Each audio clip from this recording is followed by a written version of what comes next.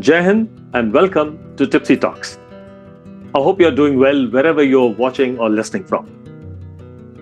A few days ago, I had the privilege of being interviewed by squadron leader Atanu Kumar Panda for the June edition of Values Network magazine.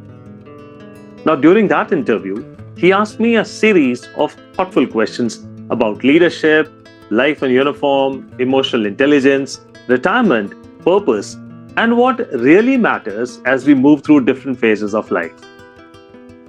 As I reflected on those questions, I realized something very interesting. The answers were not really about the army. The answers were about life. They were about people. They were about trust. They were about relationships. And they were about finding meaning in whatever role we happen to be playing. You see, many people look at someone who has spent 35 years in uniform and very safely assume that the biggest lessons must be about warfare, strategy, operations, command, or crisis management. Surprisingly, they are not. People often ask me, "Sir, what was the biggest leadership lesson you learned in these 35 years in the army?" Surprisingly, it wasn't about warfare. It wasn't about strategy. It wasn't even about command. What it was about was people. The biggest lessons are about human beings, because whether you are leading a battalion, a company, a startup, a classroom, your own family, or even your own self, the challenges are remarkably similar. People want to be respected. People want to be heard. People want to matter. And leadership begins when we understand this simple truth. So today, I want to share 10 leadership lessons that 35 years in the army have taught me. These are not theories from a textbook. These are lessons learned through experience, mistakes, successes, failures, relationships, and countless interactions with extraordinary people throughout my career. Some of these lessons completely changed my understanding of leadership. One of them in particular, which I'll not disclose now, has become the guiding philosophy of everything that I do today. So let's begin.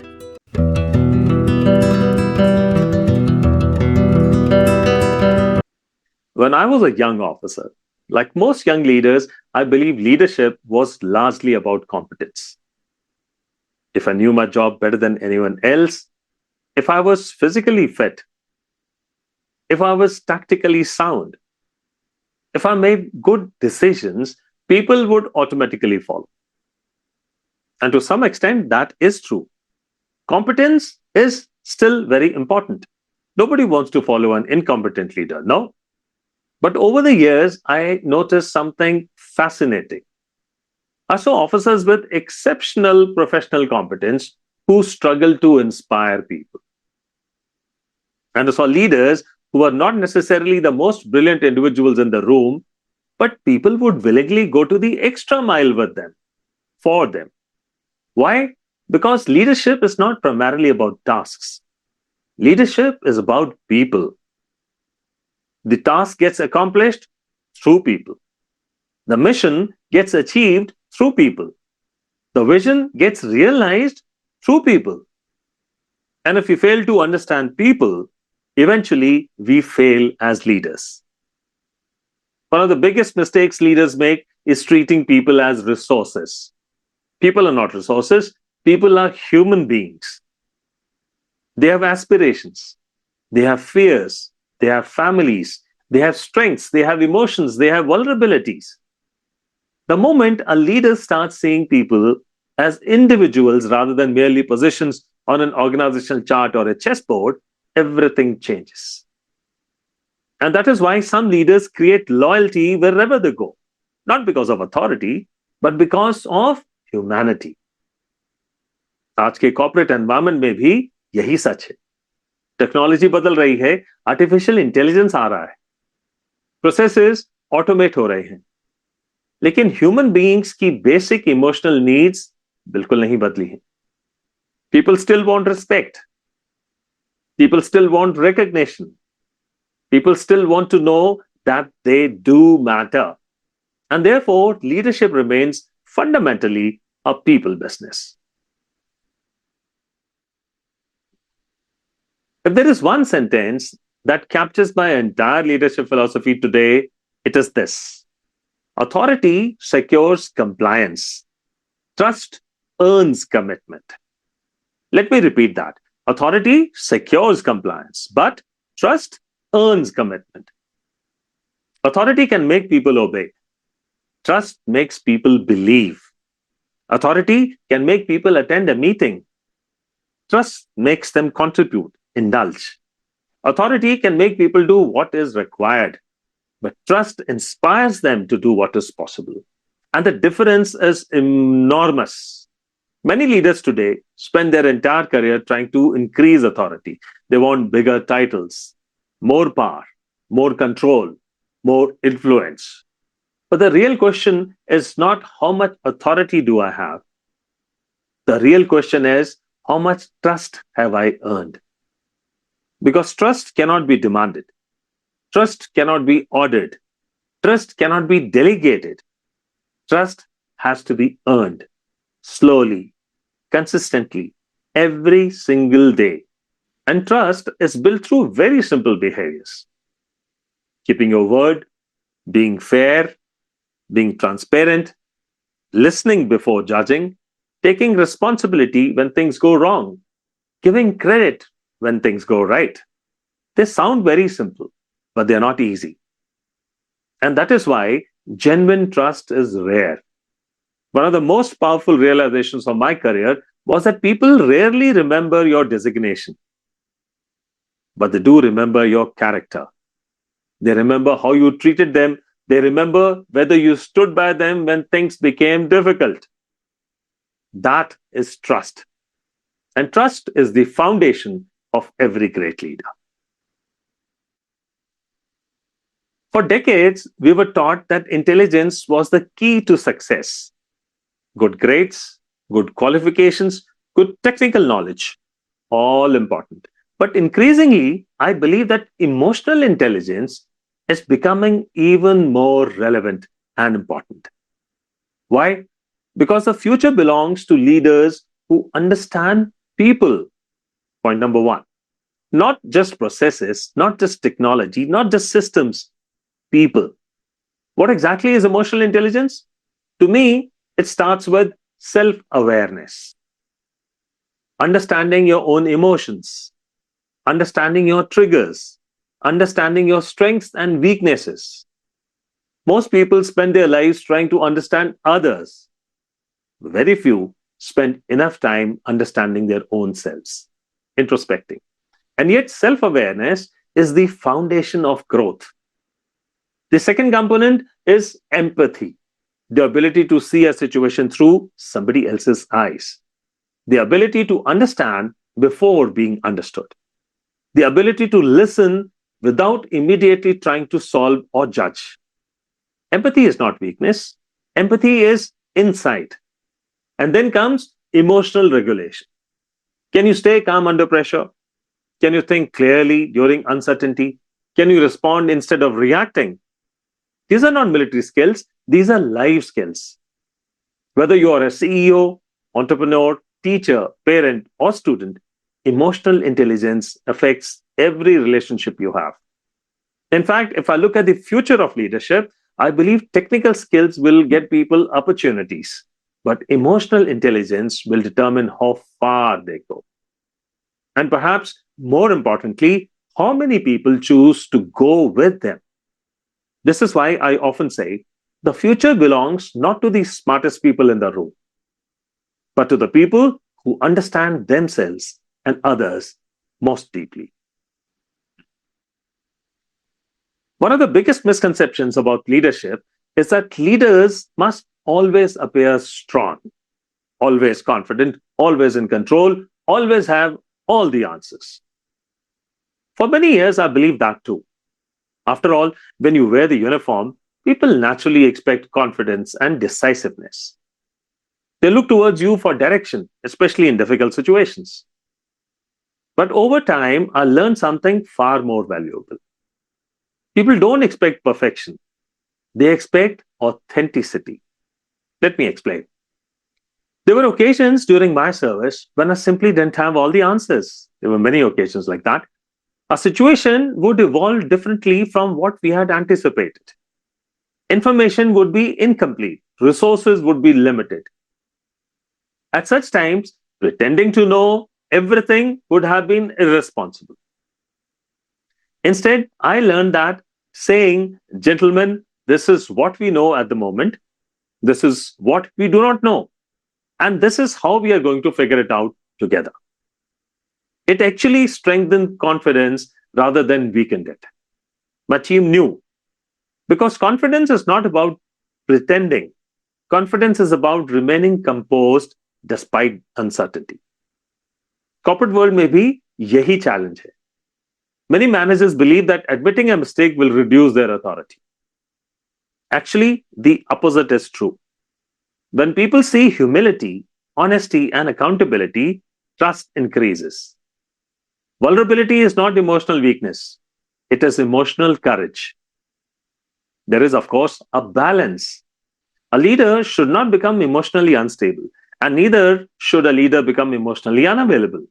The strongest leaders I have worked with were approachable. People were not afraid to walk into their office. They listened. They admitted mistakes. They continued learning. That to me is true confidence. Let me ask you a question.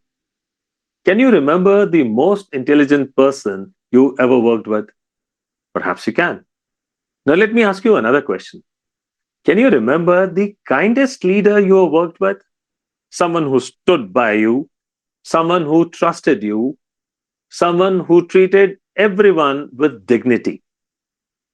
And I'm willing to bet that person comes to your mind much more quickly, because intelligence impresses, character stays.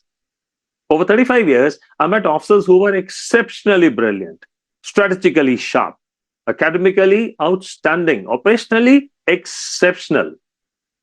But what made them unforgettable wasn't merely their competence, it was their character, integrity, fairness, humility, consistency. In leadership, your reputation gets you noticed. Your character keeps you respected. There is a significant difference between the two. Reputation is what people think about you. Character is who you are when nobody is watching. Today's world often celebrates visibility. Social media encourages us to build image. But sustainable leadership has never been about image. It has always been about character. As leaders, people are constantly watching us, not only when we speak from a stage, but when we interact with the driver, the office assistant, the security guard, the youngest member of the team. Leadership is demonstrated in ordinary moments, not extraordinary speeches. I often say that medals eventually become memories. Appointments eventually change, but character travels with you throughout your life. And people never forget that. When we are young, success seems very easy to define. A better job, a higher salary, a promotion, a bigger house, a larger office, a more impressive designation. And there's nothing wrong with aspiring for success. Ambition is healthy. Progress is important. But something interesting happens as life moves forward. Our definition of success begins to change, believe it. You start asking different questions. Not how much have I earned, but whose life have I improved? Not how many awards have I received, but how many people genuinely trust me today?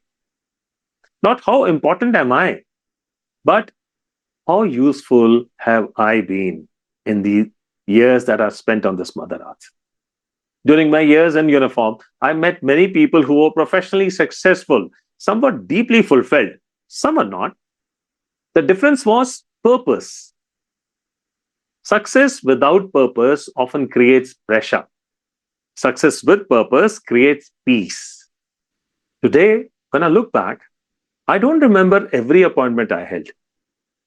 But I do remember the people, the young officers who grew into exceptional leaders, the soldiers who inspired me, the colleagues who stood shoulder to shoulder during my difficult times. These memories matter far more than titles. Perhaps that's why, after retirement, I never wanted to retire from contributing. Because fulfillment comes from contribution, indulgence, not merely achievement. Every one of us should ask ourselves one question from time to time. If everything I have achieved disappeared tomorrow, what would still give my life meaning? The answers reveals your purpose. And purpose is the foundation of fulfillment. This is a subject very close to my heart. Whenever I meet officers approaching retirement, I notice two emotions: excitement and uncertainty. Many people unknowingly spend decades preparing for retirement financially. Very few prepare psychologically. For years, our identity becomes linked to our profession, our designation, our responsibilities, our uniform. Then one day, the uniform comes off, and many people begin asking, who am I now? My answer is very simple. Your profession may retire. Your purpose never should. In fact, I often say your rank retires, your relevant doesn't. Retirement gave me something incredibly valuable: freedom. Freedom to mentor, freedom to speak, freedom to learn, freedom to create. And that is how Tipsy Talks was born. This is how empowerment architects came into existence. And this is why Lead from the Front leadership community became another meaningful chapter of my journey. Not because I wanted another career, but because I still wanted to contribute. Life has seasons. The first season is learning. The second is leading. The third, perhaps the most meaningful, is to give back. If you have accumulated experience, don't lock it away. Share it. Mentor someone. Teach. Write. Speak. Volunteer. Because experience becomes wisdom only when it is shared. Never retire from life. Simply reinvent yourself for the next chapter. One question that I'm often asked is, sir, after serving for so many years, what keeps you motivated? My answer surprises many people. It is curiosity, not ambition, not competition, curiosity. The day we stop being curious, we slowly stop growing. Age doesn't make us old, a closed mind does.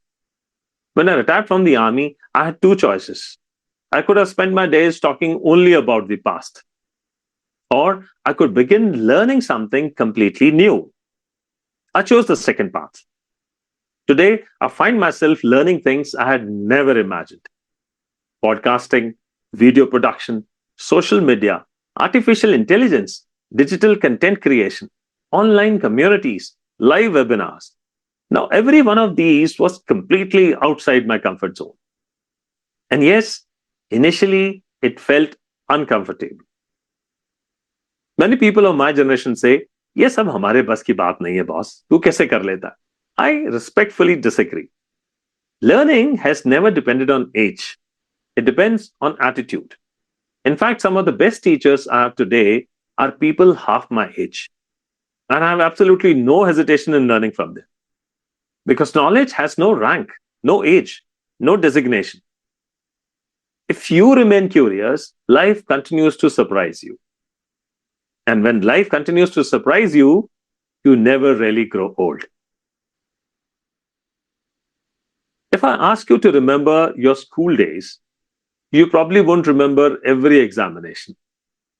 You won't remember every percentage, but you will remember your friends. If I ask you to think about your career, you may not remember every project, but you will remember the people who stood beside you. That, I believe, is life. Relationships. After 35 years in uniform, when I look back, I don't first remember the appointments I held. I remember the faces: the young officer who came seeking guidance, the soldier who smiled despite difficult circumstances, the colleagues who stood shoulder to shoulder during challenging times, the mentors who believed in me before I started believing in my own self. These relationships became my greatest wealth. Leadership, therefore, is not about collecting followers, it is about building relationships. When people know that you genuinely care, they don't simply work with you, they grow with you. Many years from now, people will probably forget our presentations. They may even forget our achievements, but they will never forget how we made them feel. And that is why kindness is not a soft skill, it's a leadership skill. Listening is not a communication skill, it's a leadership skill. Respect is not etiquette, it is leadership in action. As I grew older, one question kept returning to me: how should a successful life actually be measured? For many years, I thought success was about reaching the top. Today, I think differently. Today, I believe success is personal. Significance is universal. Success answers the question, what did I achieve? Significance answers a far more important question, whose life became better because I was part of it. That one question changes everything. It changes how we lead. It changes how we parent. It changes how we teach. It changes how we serve. The greatest compliment anyone can ever receive is not you're a successful leader. It is because of you, I became a better person. If someone says that about us, our life has been worthwhile. As I bring today's conversation to a close, I would like to leave you with one final thought. When I joined the army as a young officer, I believed leadership was about giving directions. 35 years later, I believe leadership is about giving hope. I believe leadership was about command. Today, I know it is about connection. I believe leadership was about authority. Today, I know it is about trust. If there is one sentence that captures my entire journey, it is this: authority secures compliance. Trust earns commitment. That is true in the army, it is true in business, it is true in education, it is true in families. And above all, it is true in life. So, wherever you are, whether you lead an organization, a classroom, a startup, a team, or simply your own family, don't ask yourself, how can I become more powerful? Instead, ask, how can I become more trustworthy? Because people rarely remember the authority you possessed. They always remember the trust you inspired. And perhaps that is the greatest legacy any leader can leave behind. Thank you for spending this time with me. I hope these reflections have given you something meaningful to think about. If even one of these 10 leadership lessons resonated with you, I would love to hear your thoughts. Which of these lessons connected with you the most? Or perhaps life has taught you a leadership lesson that I have not spoken about today. Please share it in the comments. I read every comment personally, and many of your perspectives inspire future conversations on this channel. If you found value in this episode, do share it with someone who is leading a team, mentoring young professionals, or simply navigating life's next chapter.